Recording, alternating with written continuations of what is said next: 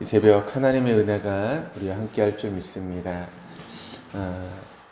우리가 이제 살펴보게 될 욥기서는 욥이 고난당하고 있는 그런 모습을 보여주고 있고, 또 그런 고난에 대한 원인에 대해서 욥과 그의 세 친구였던 엘리바스, 빌닷, 소발 간에 벌어진 격렬한 논쟁을 기록하고 있는 그런 말씀입니다.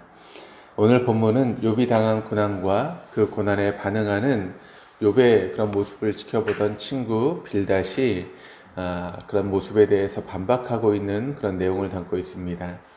이 빌닷이라고 하는 이름 자체가 논쟁의 아들이라고 하는 그런 뜻을 가지고 있는데, 빌닷이 지금 이야기하고 있는 그런 논조는 매우 거칠고 공격적인 그런 모습으로 욥에 대해서 이야기를 하고 있습니다. 1절에서 3절까지 말씀을 보시면 이렇게 기록을 합니다. 수앗 사람 빌닷이 대답하여 이르되 내가 어느 때까지 이런 말을 하겠으며 어느 때까지 내 입의 말이 거센 바람과 같겠는가. 하나님이 어찌 정의를 굳게 하시겠으며 전능하신 이가 어찌 공의를 굳게 하시겠는가. 그러니까 영문도 모른 채 모든 것을 잃고 극심한 상실감에 절규하고 있는 욥을 향해서 빌닷은 조금의 동정심도 허락하지 않습니다. 오히려 그의 항변은 절대자이신 하나님의 권위에 도전하는 무례할 뿐이라고 그렇게 욥을 면박주고 또 공격하고 있는 것입니다. 사실 오늘 이 8장의 말씀을 우리가 쭉 보게 되면 빌닷이 이야기하고 있는 그런 주장들을 우리가 조목조목 살펴보면 빌닷의 말이 틀린 말이 사실은 없습니다. 그가 말한 대로 하나님 절대 공의를 행하시는 공의로우신 분이시고, 그래서 그 공의는 결국 인과응보로 실현되게 되어 있습니다. 다시 말해서 종국의 악인이 징계를 받고 의인은 복을 받을 것이 바로 하나님의 역사의 그런 모습이라는 것이죠. 이것이 성경이 말하는 바이며 이것은 또한 우리가 믿는 바이기도 합니다.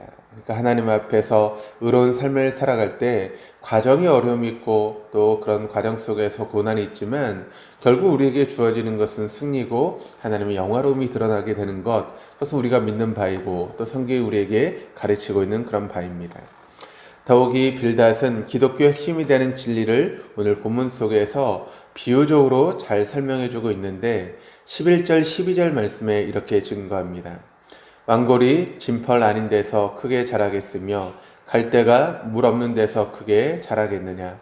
이런 것은 새순이 돋아 아직 뜯을 때가 되기 전에 다른 풀보다 일찍이 마르느니라. 왕골이라고 하는 것은 이제 파피루스의 식물의 일종으로서 왕골이 진펄, 즉 땅의 부드럽고 질퍽한 뻘에서 잘 자라듯이 인간이라고 하는 존재는 하나님의 진펄 속에 숨겨져 있지 않으면 안 된다라고 하는 그런 말을 지금 빌닷이 하고 있는 것입니다. 또한 갈대가 자라기 위해서는 물이 필요하듯이 우리네 인생도 하나님이라는 생명의 물이 없으면 안 된다라고 하는 것을 이런 비유를 통해서 지금 빌닷이 이야기를 하고 있습니다. 사실 이 말씀도 여러분 우리가 다 알고 또 믿고 있는 그런 말씀 아니겠습니까? 우리의 삶 가운데 하나님의 은혜가 없으면, 우리에게 부으신 하나님의 은총이 없으면 우리가 어떻게 여러분 믿음을 지키며 살아갈 수 있겠습니까? 이렇게 빌닷이 하는 이야기는 다 옳은 말을 하고 있는 것이죠. 기독교가 믿는 중요한 진리 중 하나는 인간이 의로워야 되는데 그것은 하나님과의 바른 관계 속에서만 우리가 의로워질 수 있다라고 하는 것을 강조하고 있지 않습니까? 그리고 의란 하나님과 올바른 관계입니다. 예수 그리스도께서 고난 당하시고 또 십자가에 죽으신 것은 바로 하나님과 우리의 관계가 어그러지지 않았습니까? 그래서 그 깨어진 관계를 올바르게 다시 회복하게 하기 위해서 바로 예수님께서 이 땅에 오셨다는 것이죠. 그리고 예수께서 바로 우리의 의가 되어 주신 것입니다. 그리스도의 죽음과 부활을 통해서 하나님이라고 하는 관역에 맞춰진 인간들은 이제 그분으로부터 흘러나오는 생명으로 인해서 죽음과 사망을 이기게 됩니다. 그러니까 빌닷은 공의로우시고 심판하신 하나님의 성품에 대해서 이해하고 있을 뿐만 아니라 이 두 비유를 통해서 정확하게 기독교의 유체를 우리에게 설명하고 있는 것입니다. 그렇다면 오늘 빌닷이 이렇게 딱 맞는 말, 또 옳은 말을 하고 있는데 그러면 빌닷에게서는 여러 문제가 없는 것일까요? 그는 진리에 대해서, 하나님에 대해서 지적인 이해는 탁월한 그런 모습으로 오늘 이야기를 하고 있습니다. 그래서 그 하나님이 형상으로 지음받은 사람에 대해서 어떻게 보면 잘 이해하고 있지만 사람에 대한 이해는 빌닷에게 없었다라고 하는 그런 부분을 우리가 발견할 수 있게 되는 것이죠. 왜 하나님께서 독생자 예수 그리스도를 우리에게 보내주시고 또 그 예수님께서 십자가에서 여러분 피 흘려 돌아가셨겠습니까? 바로 죄인된 인간에게 하나님의 의를 세우시기 위해서 예수님께서 이 땅에 오셔서 우리의 모든 죄를 담당하시고 또 대속의 희생물로 십자가에서 돌아가셨다는 것이죠. 그러니까 하나님은 죄인된 인간을 먼저 때리고 벌하시는 것으로 그분의 의를 드러내시는 그런 분이 결코 아니라는 것입니다. 나의 하나님 어찌하여 나를 버리시나이까? 절규하시는 주님의 음성을 뒤로한 채 그 예수님을 십자가에 매다는 것으로 우리를 향하신 그분의 의를 드러내신 분이 바로 우리 하나님이시라는 것이죠. 죄인인 우리가 감당해야 될 조롱과 또 채찍질과 죽음을 대신 하나밖에 없는 독생자 아들에게 지으시는 분이 바로 우리 하나님이시라는 것입니다. 만약 빌닷이 이 하나님을 올바르게 알고 있었다면 고난 중에 있는 그런 욥을 보면서 그가 알고 있는 교리와 지식으로 욥을 정죄하고 재단할 것이 아니라 그의 아픔을 매만져주고 공감하는 것으로부터 먼저 시작할 수 있어야 한다는 것입니다.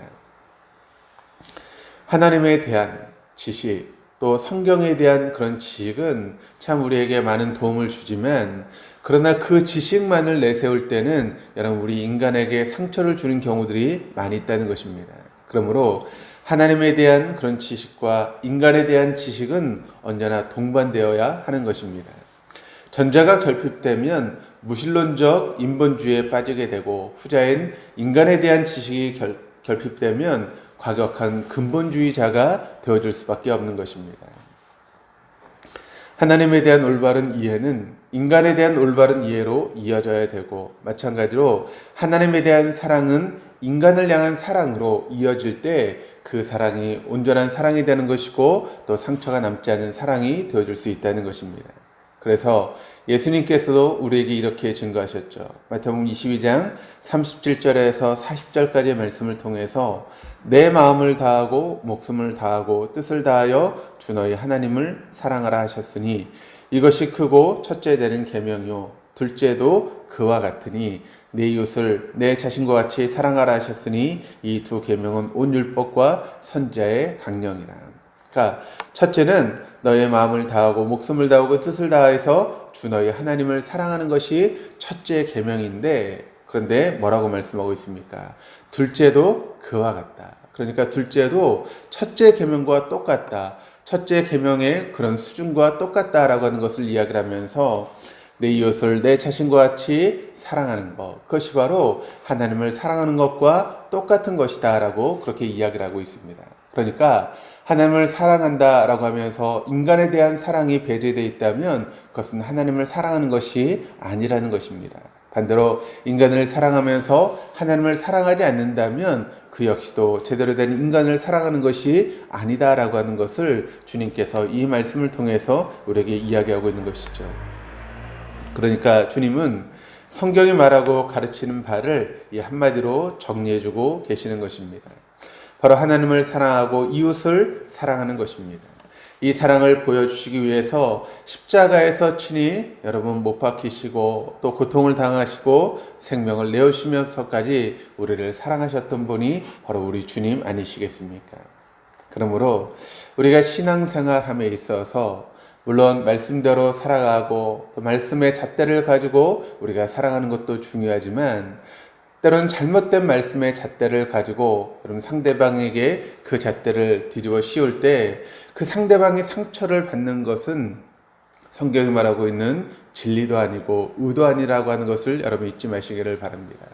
물론 잘못된 사람에게 우리가 이야기하는 것이 필요하긴 하지만 그러나 그 이야기 속에서도 그를 향한 사랑이 밑바탕 되어 있을 때 여러분 그 말도 의로운 말이 되어줄 수 있고 정의로운 말이 될 수 있고 사람을 살릴 수 있는 그런 말이 되어줄 수 있는 것입니다. 그러므로 오늘 이 말씀을 통해서 빌닷의 이야기를 통해서 우리가 진정으로 이웃을 사랑하는 것이 무엇인가, 정의만을 드러내고 또 진리만을 이야기하는 것이 진정한 사랑이 아님을 오늘 말씀을 통해서 깨닫고 우리의 삶을 통해서 이웃을 사랑할 수 있는 진정한 사랑이 저 여러분의 삶 가운데 있기를 주님의 이름으로 축원합니다.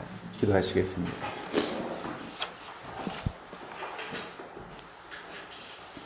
십자가에서 독생자를 내어주시기까지 우리를 사랑하신 하나님, 우리가 그 주님을 더욱 깊이 이해하고 알기를 원합니다. 주님을 아는 참된 지식 안에서 이웃을 공감해주고 또 사랑하는 우리 모두가 되게 하여 주옵소서. 무엇보다도 우리 주변에 고통 가운데 있는 분들에게 주님의 마음으로 위로하고 격려해주는 사랑의 사람이 되어줄 수 있도록 역사하여 주옵소서. 오늘도 주님 앞에 정성을 다해서 귀한 예물을 드린 손길이 있습니다. 하나님, 그 손길을 축복하시고 또 소원하며 기도하며 또 하나님 앞에 바라는 모든 것들이 하나님의 선하신 뜻 안에서 아름답게 이루어질 수 있도록 인도하여 주옵소서. 감사드리며 예수 그리스도의 이름으로 기도드립니다. 아멘.